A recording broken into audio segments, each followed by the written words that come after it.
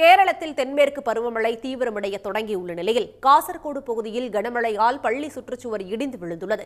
இதேபோல் திருச்சூரில் பலத்த காற்றில் மரம் ஒன்று வீட்டின் மீது விழுந்ததால் மேற்கூரை சேதமடைந்தது. கூடுதல் விவரங்களோடு இணைக்கிறார் எமது செய்தியாளர் சந்தோஷ். சந்தோஷ், வணக்கம். இந்த மழையினால எதனால் பாதிப்பு ஏற்பட்டிருக்கா? முன்னெச்சரிக்கை நடவடிக்கைகளை மேற்கொண்டிருக்கா கேரள அரசு? விவரங்கள்.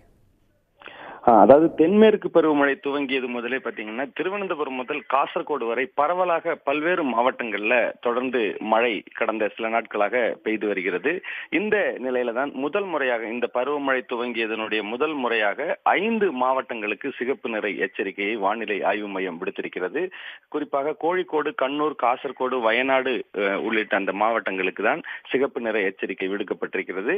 இதுல மலையோர பகுதிகளான வயநாடு பகுதியில், அதாவது நிலச்சரிவு ஏற்படக்கூடிய பகுதி என்பதால் அந்த பகுதியில் இருக்கக்கூடிய மக்கள் அந்த அதி தீவிர மழையின் போது பாதுகாப்பான இடங்களுக்கு அதிகாரிகள் அறிவுறுத்தின் பேரில் செல்ல வேண்டும் என்ற ஒரு நிலை ஏற்பட்டால் செல்ல வேண்டும் என்று ஒரு அறிவுறுத்தலை வானிலை ஆய்வு மையம் மற்றும் மாவட்ட நிர்வாகம் வழங்கியிருக்கிறது.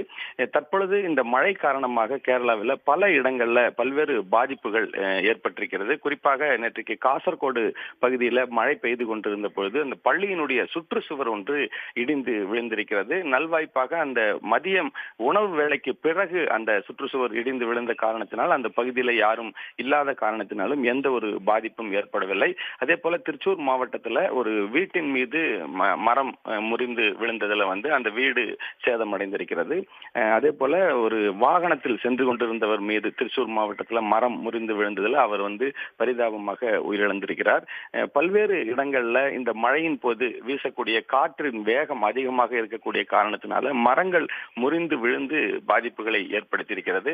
தொடர்ந்து இந்த பருவமழை வருகிற 9ஆம் தேதி வரை இருக்கும் என்ற ஒரு அறிவிப்பை விடுத்திருக்கிறார்கள். இதனால மழை முன்னெச்சரிக்கை நடவடிக்கைகளை மாவட்ட நிர்வாகம் எடுத்திருக்கிறது. பல இடங்கள்ல அந்த மலையோர பகுதிகள் என்று சொல்லக்கூடிய அந்த மாவட்டங்கள்ல பல்வேறு முன்னெச்சரிக்கை நடவடிக்கைகளை எடுத்திருக்கிறார்கள்.